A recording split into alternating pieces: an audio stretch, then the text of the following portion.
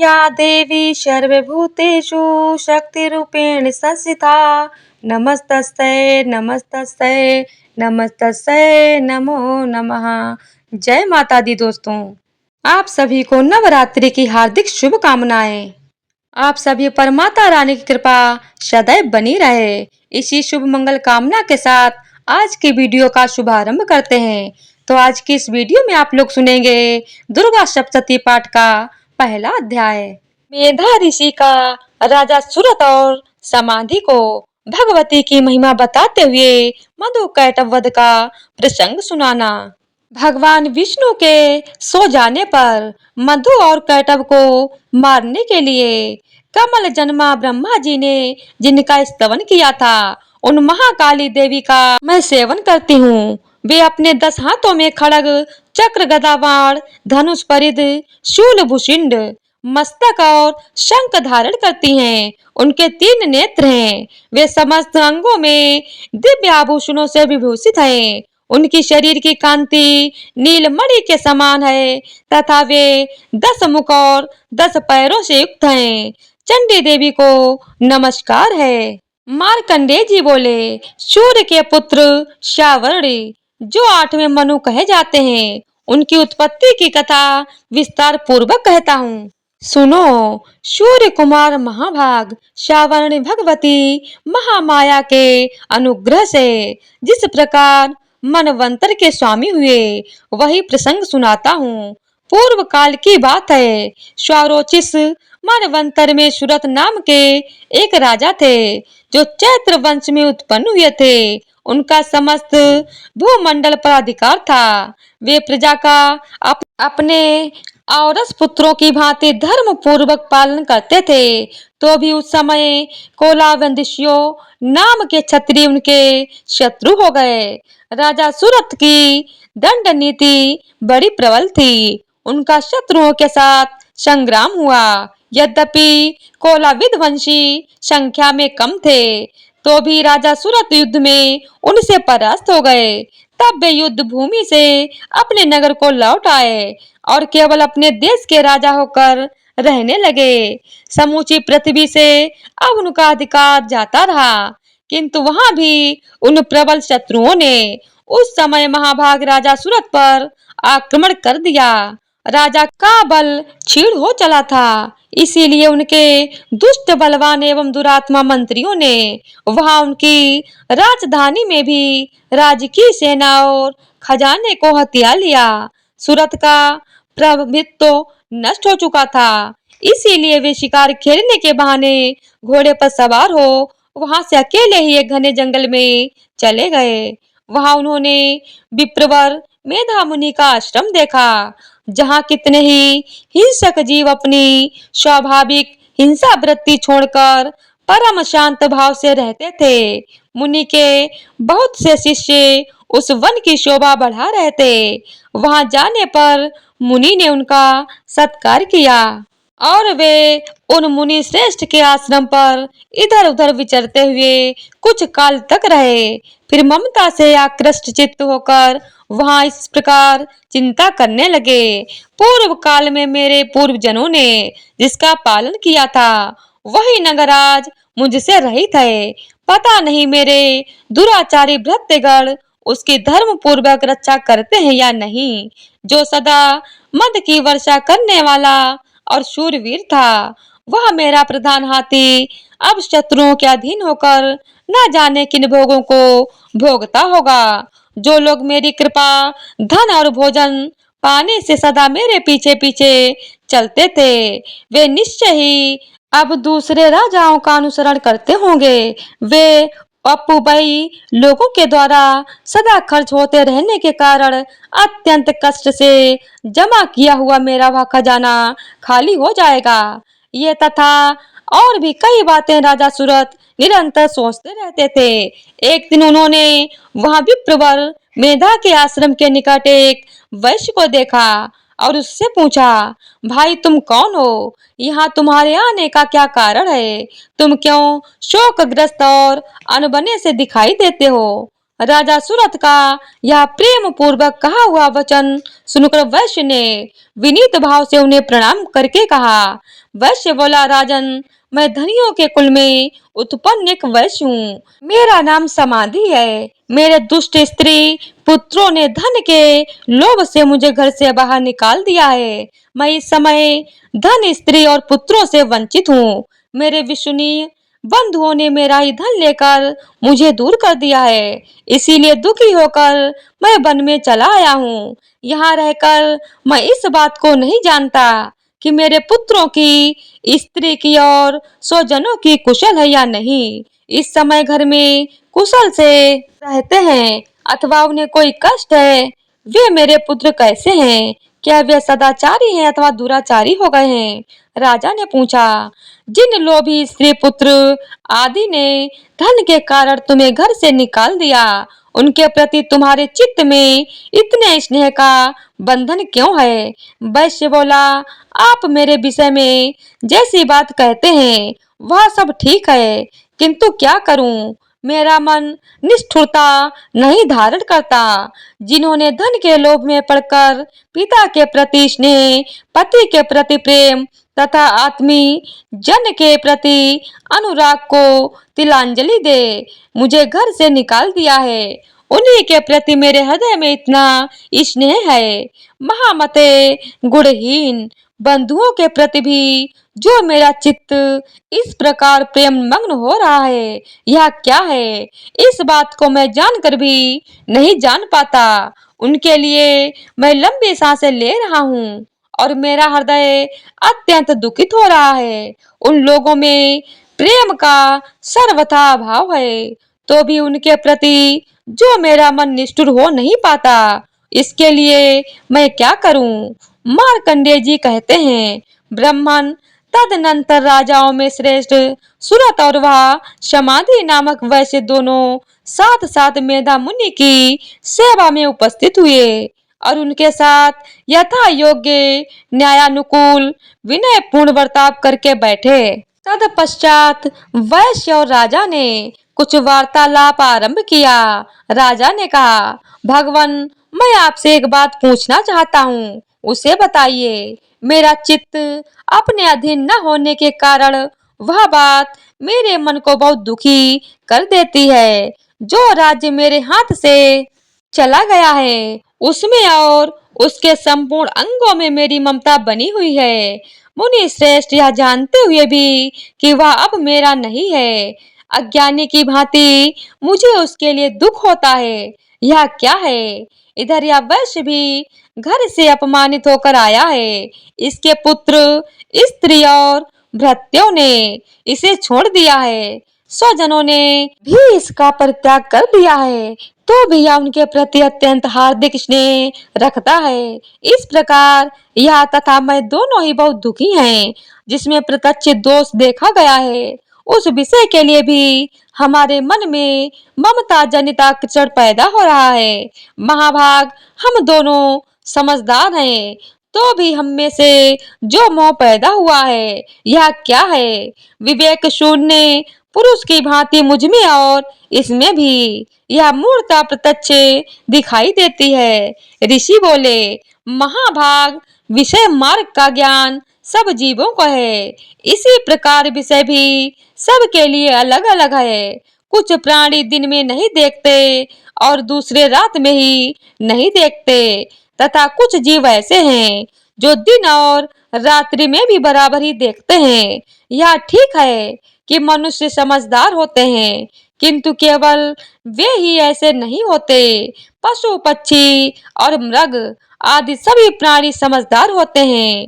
मनुष्यों की समझ भी वैसी होती है जैसी उन मृग और पक्षियों की होती है, तथा जैसी मनुष्य की होती है वैसी ही उन मृग, पक्षी आदि की होती है। यह तथा अन्य बातें भी प्राय दोनों में समान ही है। समझ होने पर भी इन पक्षियों को तो देखो, ये स्वयं भूख से पीड़ित होते हुए भी मोहवश बच्चों की चोंच में कितने चाव से अन्न के दाने डाल रहे हैं। नरश्रेष्ठ, क्या तुम नहीं देखते कि ये मनुष्य समझदार होते हुए भी लोभवश अपने किए हुए उपकार का बदला पाने के लिए पुत्रों की अभिलाषा करते हैं? यद्यपि उन सब में समझ की कमी नहीं है, तथापि वे संसार की स्थिति, जन्म मरण की परंपरा बनाए रखने वाले भगवती महामाया के प्रभाव द्वारा ममतामय भंवर से युक्त मोह के गहरे गर्त में गिराए गए हैं। इसीलिए इसमें आश्चर्य नहीं करना चाहिए। जगदीश्वर भगवान विष्णु की योग निंदा रूपा जो भगवती महामाया है, उन्हीं से यह जगत मोहित हो रहा है। वे भगवती महामाया देवी ज्ञानियों के भी चित्त को बलपूर्वक खींचकर मोह में डाल देती हैं। वे ही इस संपूर्ण चराचर जगत की सृष्टि करती हैं तथा वे ही प्रसन्न होने पर मनुष्यों को मुक्ति के लिए वरदान देती हैं। वे ही पराविद्या, संसार बंधन और मोक्ष की हेतुभूता सनातनी देवी तथा संपूर्ण ईश्वरों की भी अधीश्वरी हैं। राजा ने पूछा, भगवान जिन्हें आप महामाया कहते हैं, वे देवी कौन है? ब्राह्मण, उनका आविर्भाव कैसे हुआ तथा उनके चरित्र कौन कौन है? ब्रह्म वेत्ताओं में श्रेष्ठ महर्षि उन देवी का जैसा प्रभाव हो, जैसा स्वरूप हो और जिस प्रकार प्रादुर्भाव हुआ हो, वह सब मैं आपके मुख से सुनना चाहता हूँ। ऋषि बोले, राजन, वास्तव में तो वे देवी नित्य स्वरूपा ही हैं। संपूर्ण जगत उन्हीं का रूप है तथा उन्होंने समस्त विश्व को व्याप्त कर रखा है। तथापि उनका प्राकट्य अनेक प्रकार से होता है, वह मुझसे सुनो।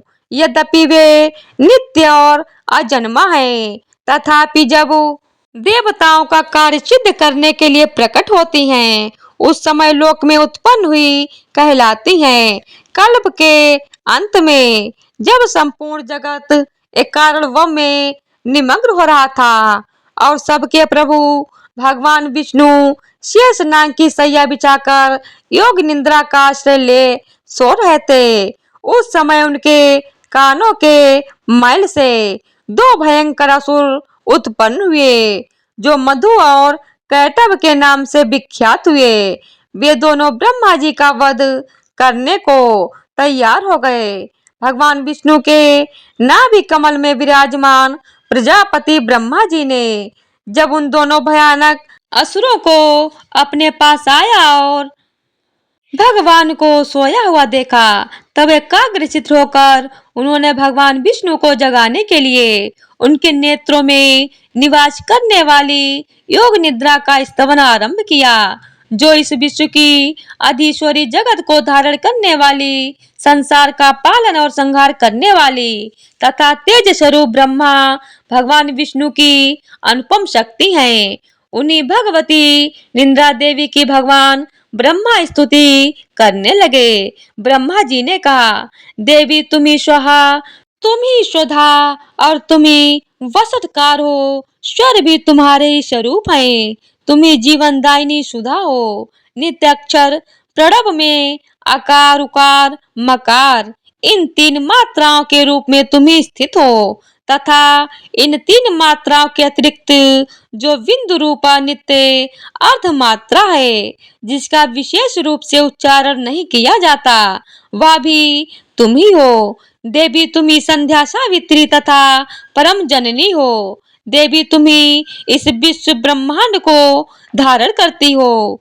तुमसे ही इस जगत की सृष्टि होती है, तुम ही से इसका पालन होता है और सदा तुम ही कल्प के अंत में सबको अपना ग्रास बना लेती हो। जगन्मयी देवी, इस जगत की उत्पत्ति के समय तुम सृष्टि रूपा हो, पालन काल में स्थित रूपा हो तथा कल्पांत के समय संहार रूपा धारण करने वाली हो। तुम ही महाविद्या, महामाया, महामेधा, महास्मृति, महामोह रूपा महादेवी और महासुरी हो। तुम ही तीनों गुणों को उत्पन्न करने वाली सबकी प्रकृति हो। भयंकर काल रात्रि, महारात्रि और मोहरात्रि भी तुम ही हो। तुम ही श्री, तुम ही ईश्वरी, तुम ही हिम और तुम ही बोध स्वरूपा बुद्धि हो। लज्जा, पुष्टि, तुष्टि, शांति और क्षमा भी तुम ही हो।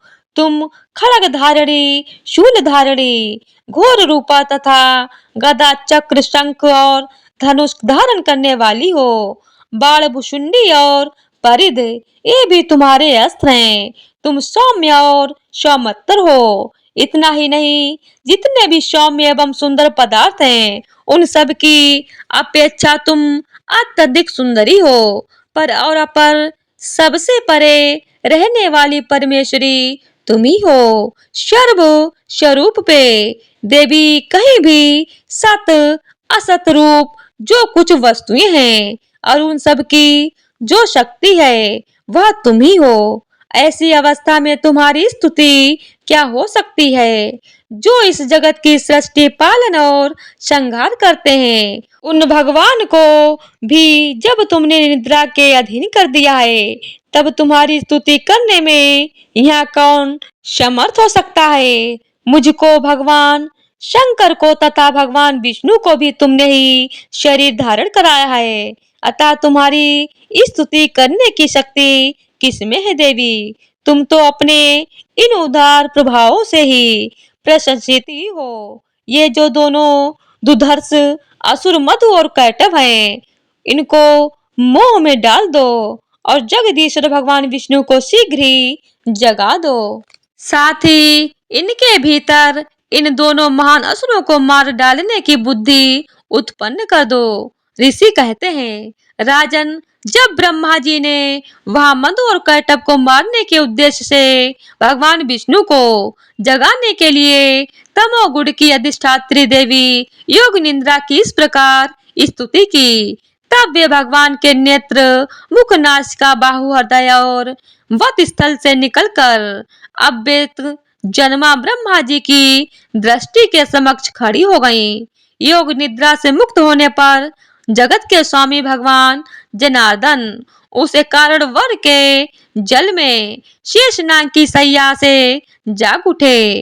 फिर उन्होंने उन दोनों असुरों को देखा। वे दुरात्मा मधु और कैटभ अत्यंत बलवान तथा पराक्रमी थे और क्रोध से लाल आंखें किए ब्रह्मा जी को खा जाने के लिए उद्योग कर रहे थे।